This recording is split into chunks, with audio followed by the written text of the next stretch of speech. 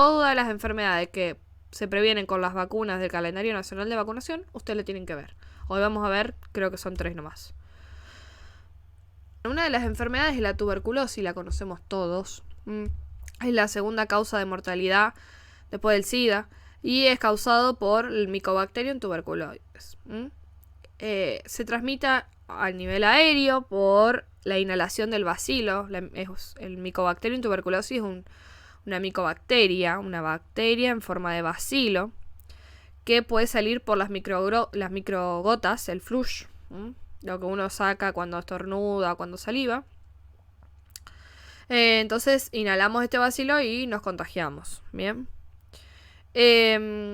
Los signos y síntomas, a ustedes acá les pusieron que la incubación es de 4 a 12 semanas y que puede causar un cuadro asintomático o con síntomas, primero, inespecíficos, fiebre, cansancio, tos, falta de apetito, pérdida de peso, depresión y sudor nocturno muy característico y disnea. Pero cuando avanza la enfermedad, ya hay una tos súper fuerte, una tos crónica, con expectoración purulenta, hemoptisis, o sea que además de esta expectoración purulenta se le suma sangre, mareos momentáneos y escalofríos. Nosotros, gracias a la vacuna, no llegamos a la enfermedad avanzada. ¿Quién llega a una enfermedad avanzada? Hay alguien que no está inmunizado o que tiene una inmunodepresión. Para prevenir todo esto hay que hacer controles periódicos de la salud, hay que tener la vacuna, la BCG, que se pone en las primeras 24 horas de vida o antes de la externación. Y no es coincidencia que se ponga esto, es porque es la segunda enfermedad que más muerte da en el mundo. Entonces la primera vacuna que ponemos es la BCG. Claramente que cuanto más temprano sea el diagnóstico, menores riesgo corremos. Hay diferentes técnicas diagnósticas, podemos evaluar una RX de tórax y siempre hacer prevención y promoción de la salud. Porque no tenemos que esperar que haya alguien con tuberculosis al lado. Tenemos que siempre hablar de la tuberculosis y siempre ejercer un rol de promotores de la salud. ¿Cuáles son las funciones de enfermería? Claramente que hay que recolectar datos. Hay gente que convive con personas que tienen tuberculosis. Entonces, controlar a ver qué onda esos casos, controlar los carnets de vacunación, los hábitos de higiene. El hábitat, más hacinados están, claramente que más formas de contagio hay. Hay que educar sobre la ventilación de los ambientes, sobre la alimentación saludable, la ingesta de líquido y el control periódico del peso. Acuérdense que uno de los síntomas de la tuberculosis, de un signo de tuberculosis, es perder peso. Que los tratamientos sean supervisados, siempre de forma empática.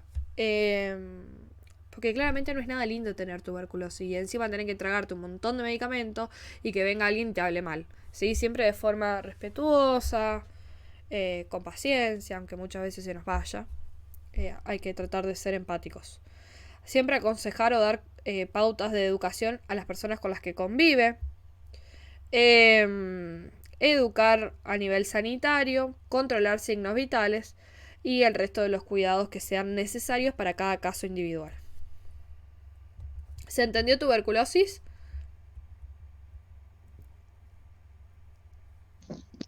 Sí, se entendió. Bien. Sí. Yo por lo menos lo entendí. Perfecto. Otra enfermedad que tenemos muy frecuente, hepatitis B. Se da por el virus de la hepatitis B. Es un problema de salud a nivel mundial. Es uno de los cuadros virales más graves. Es muy contagioso. Afecta al hígado, causando una inflamación hepática. Y si bien agudo, tal vez no tiene tantos síntomas, cuando se hace crónico es muy peligroso. Y puede terminar en una cirrosis del hígado. La cirrosis altera toda la estructura del hígado. Entonces ese hígado va a empezar a dejar de funcionar. Y puede llegar hasta un cáncer de hígado o una insuficiencia hepática y posteriormente la muerte. Entonces hay que tener mucho cuidado. La transmisión es por sangre, fluidos corporales. Ay, perdón, me empieza a dar tos cuando hablo mucho.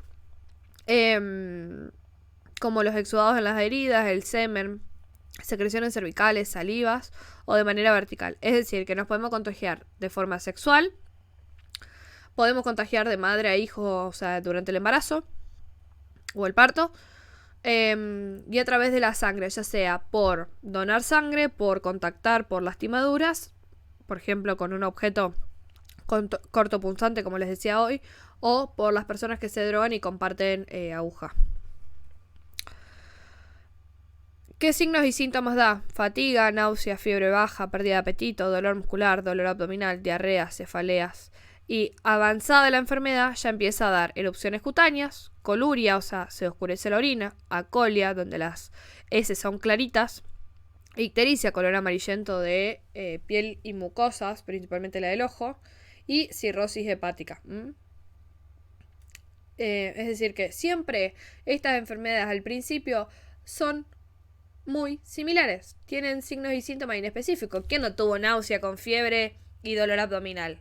Y que te duelan los músculos. Bueno, todos alguna vez lo tuvimos. No significó por eso que teníamos hepatitis. Pero siempre está la posibilidad. Por eso es tan importante educar a las personas. ¿Cuál es el rol de la enfermería? Siempre observar y en la entrevista tratar de captar estos posibles casos. Y en el examen físico. Siempre concientizar y garantizar la vacunación. Es decir, sí, charlen y traten de que se vacune, pero expliquen que es una obligación. Explicar medidas higiénico-dietéticas. Explicar cómo debe ser la orina y la materia fecal normal. Brindar asesoría sobre educación sexual es algo que falta un montonazo. Que la gente no sabe que te puede contagiar una hepatitis a través de relaciones sexuales. Porque te dicen que tiene que ver la hepatitis si es del hígado. Y el hígado no está en las relaciones sexuales. Y no, pero se contagia. También con la lactancia. Explicar todo esto. Claramente si hay un grupo familiar conviviente con un paciente de hepatitis B también. Incentivar siempre la consulta precoz. En el caso de accidentes, de compartir aguja con drogas y en el caso de ustedes mismos, chicos, si tienen un accidente con un cortopunzante, no tengan miedo de decir, oh, me van a caer a pedo. No, porque después pueden terminar con una enfermedad grave. Otra enfermedad es la poliomielitis, que era lo que veníamos hablando, está causado por el poliovirus 1, 2 y 3. Por suerte ha bajado la prevalencia, es muy grave, empieza siendo asintomática hasta que lleva a una parálisis flácida asimétrica, o sea, imagínense la poca calidad de vida que nos queda si tenemos una poliomielitis. Es infantil porque generalmente se da en los niños de 5 a 10 años o de 14 a 15 años en donde hay clima templado. La transmisión es fecal oral por la contaminación y la mala higiene, digamos. Se incuba de 7 a 14 días y hay factores que aumentan el riesgo, como la inmunodeficiencia, la desnutrición y la amigdalectomía, ¿sí? Que se saquen las amígdalas. Yo, por ejemplo, no tengo amígdalas, o sea que estoy más expuesta. La forma más grave entonces es como dijimos, la parálisis flácida. Generalmente es asimétrica y afecta más a los miembros inferiores y a los músculos proximales. Y da rigidez de nuca. Tiene también sintomatología leve como las náuseas, los vómitos, dolor abdominal, estreñimiento, diarrea, dolor de garganta y fiebre. Volvemos a lo mismo. Los síntomas leves se comparten entre todas. Todas tienen náusea, todas tienen vómito, todas tienen dolor abdominal. Todas tienen alguna alteración, tanto diarrea o estreñimiento y fiebre. Así que al principio son muy poco identificables. Otra vez ustedes tienen que controlar y garantizar la inmunización, el carnet de vacunación, interrogar y poder tratar de captar a gente que viva con enfermos de poliomielitis o que tenga algún riesgo a tener poliomielitis o que sea un caso de poliomielitis. Siempre promoviendo medidas higiénicas dietarias, el control del peso, el tratamiento y el control de signos y síntomas.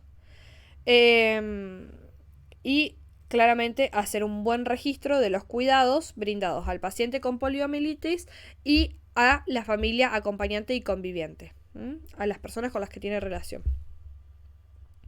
¿Se entendió polio? Sí. Sí, Male. Bueno, y ahora vamos con el último tema que es difteria. Aplausos. Em, Último tema por hoy. Vamos con todo. Bueno, la difteria también es una enfermedad bacteriana aguda y epidémica, o sea que también está muy distribuida. Y es causado por el Corynebacterium diphtheriae. ¿Qué hace la difteria? Crea unas membranas falsas, unas pseudomembranas, que encima de que se adhieren a las vías respiratorias, arriba de esa pseudomembrana queda exudado fibrinoso. ¿Qué hace entonces? Me tapa las vías respiratorias, me tapa las vías aéreas. Entonces empieza a faltarme el aire y es muy grave. Generalmente se dan los niños menores de 1 año a nivel nasal o faringeo, generalmente a nivel de la faringe. Y se puede ver a veces las placas que son como grises o más oscuritas que tienen exudado. Es un riesgo rápido porque el paciente se está quedando sin aire, entonces hay que actuar rápido, ¿sí? ¿Cómo es la transmisión? Es a través de secreciones nasofaringeas, lo mismo, el moco, la saliva, la saliva no, el flush que sale cuando estornudamos o cuando tosemos. La incubación es de 2 a 5 días y el contagio. Si el paciente está con la enfermedad y no se trata, contagia de 2 a 6 semanas. Si tiene tratamiento, contagia hasta el 4.º día desde que empezó a tomar el antibiótico. ¿Qué me da? Dolor de garganta, fiebre baja, ganglios linfáticos inflamados en el cuello, dificultad para deglutir. Se forma una membrana en la garganta que después me va a generar que yo tenga poca respiración y se vuelve todo hinchado y rojizo. ¿Cuáles son sus cuidados? Otra vez controlar la inmunización, las medidas higiénico-dietarias, educar al paciente sobre todo con que se tape al toser o a estornudar, a la familia, las medidas higiénico-dietarias también, la alimentación para el control del peso, el control y tratamiento de los signos y síntomas, y que todos estos cuidados y educación sea registrada para tener, el mayor control, claramente, ¿no? Ahora sí, dudas, preguntas, algo que no hayan entendido.